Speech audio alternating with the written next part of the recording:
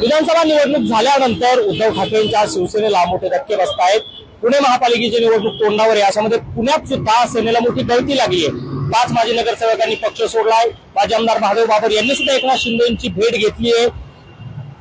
कसब्याचे माजी आमदार रवींद्र धंगेकर हे सुद्धा सेनेत शिंदेसोबत जाणार का याची चर्चा सुरू असताना एक नाव प्रकर्षाने पुढे येते आणि ते प्रत्येक वेळेस सेनेत नाराज आहेत का अशी बातम्या येत आहेत आणि ते सुद्धा ठाकरेंना सोडणार का ही चर्चा होती। मी बोलतोय चंद्रकांत मोकाटे यांच्या संदर्भात। चंद्रकांत पाटील यांच्या विरोधात त्यांनी निवडणूक कोथरूडमधून लढवली होती। स्वतः चंद्रकांत मोकाटे माझ्यासोबत आहेत।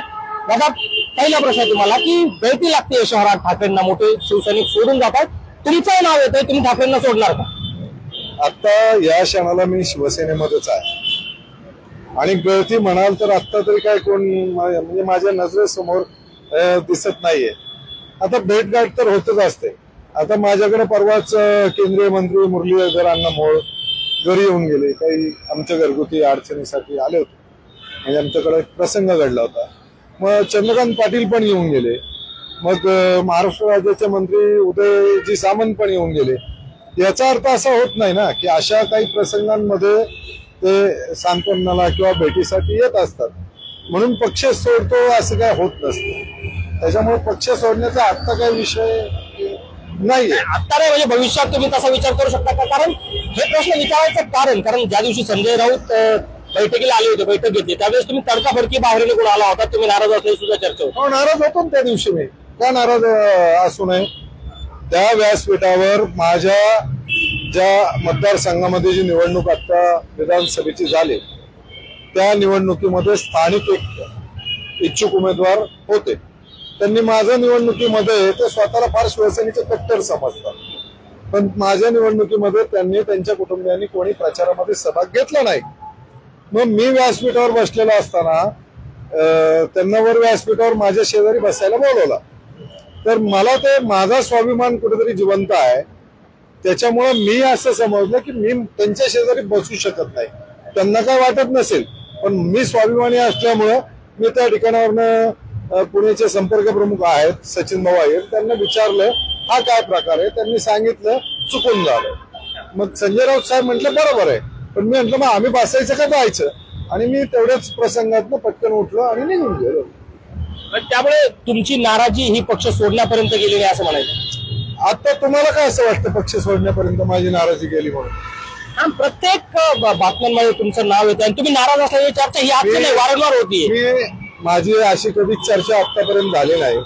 मी शिवसेनेच्या शाखा प्रमुख पदापासून संघटनेचं काम केलेलं आहे आणि ते संघटनेचं काम करत असताना अनेक वेळा असे प्रसंग घडलेले आहेत, त्याच्यामुळे मी त्या प्रसंगांना सामोरं जातोय आणि मला आता वारंवार विचारलं जाते की दबाव आहे का कोणाचा?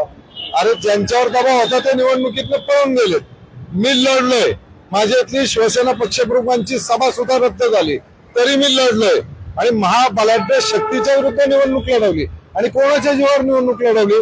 जे प्रामाणिक शिवसेनेचे कार्यकर्ते होते, कोथरूड परिसरातील नागरिक होते, आणि त्या सर्व कोथरूड परिसरातील नागरिकांनी मला मतदान केलं ना, मग त्यांच्यासाठी तर मला माझं जीवन तर राहणं भाग आहे, असं थोडी आहे।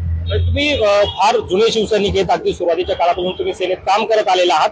आता उद्धव ठाकरेंना पुण्यामध्ये नेते सोडतायत, 5 माजी नगरसेवकांनी पक्ष सोडलाय, महादेव बाबर सुद्धा हे शिंदेच्या शिवसेनेच्या वाटेवर आहेत, अशामध्ये गेलेत का महादेव बाबर? त्यांची भेट झाली आहे, ते जात आहे, भेटेल नको का? महाराष्ट्र राज्याचे आता मी उद्या अजितदादा पवार साहेबांना भेटलो, उपमुख्यमंत्री आहेत किंवा मुख्यमंत्री देवेंद्रदादा फडणवीस आहेत, मी उद्या त्यांना भेटतो। कामं असतात, आम्ही आमदार होऊन गेलो ना या शहरामध्ये, पण ज्या दिवशी जातील त्या दिवशी खरं ना। पण विशाल धनवडे 20 वर्षापासून त्यांनी सोडलं। आता मी मुंबईत गेलो नाही तरी काल माझ्या दिवसभर बातम्या चालू होत्या की चंद्रकांत मोकाटे हे भेटीसाठी, मी नाही गेलेलो। आता मी इथं मला कोण भेटतंय? मी सर्वांना भेटतोय आणि मी का भेटू नये? आता जुना शिवसैनिक म्हणून पक्षाची जी परिस्थिती शहरात आहे, कारण 5 माजी नगरसेवकांनी पक्ष सोडलेला आहे, ही परिस्थिती पाहता काय बदल करायला हवे?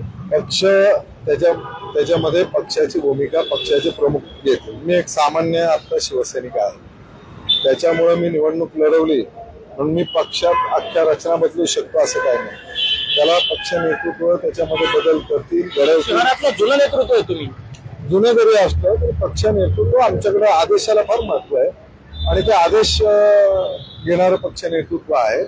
त्याच्यामुळं त्यांचं काय आदेश असेल त्याची अंमलबजावणी सर्वांनाच बंधनकारक आहे. आता विशाल धनवडे 20 वर्ष सेनेत होते, त्यांनी पक्ष सोडला आणि पक्ष सोडताना त्यांनी आरोप केला की शहरातलं नेतृत्व कमी पडतंय, शहरात समन्वय नाही. ते पदाधिकाऱ्यांविषयी बोलले असतील ना. आता मी शिवसैनिक आहे, हा माझ्या शेजारी शिवसैनिक आहे, हा शिवसैनिक आहे, तो शिवसैनिक आहे, हा थोडी पदाधिकारी ठरवतो. बरं, आता मला या व्यतिरिक्त एक वेगळा प्रश्न विचारायचा आहे. काल संजय शिरसाट बोलताना असे म्हणाले की 2 शिवसैनिकांनी एकत्र आलं पाहिजे. जुना शिवसैनिक म्हणून काय वाटतं? आता ती वेळ मला वाटतं निघून गेलेली आहे.